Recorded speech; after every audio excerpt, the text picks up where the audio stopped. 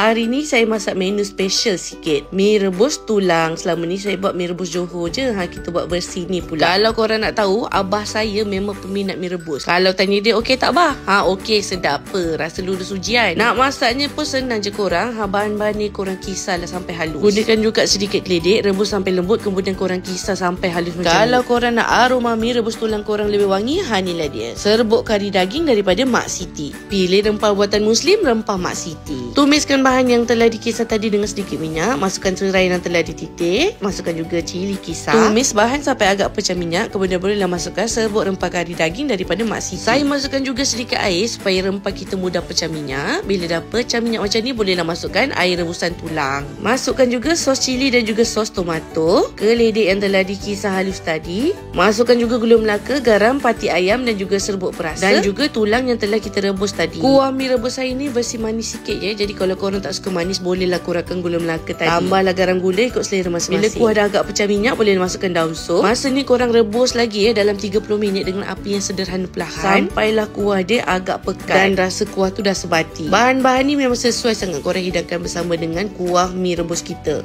Tuangkan tulang dan juga kuah secukupnya. Taburkan daun sup, telur dan juga cili padi. Perahkan limau kasturi, kacau-kacau, makan. Selamat mencuba. Bye.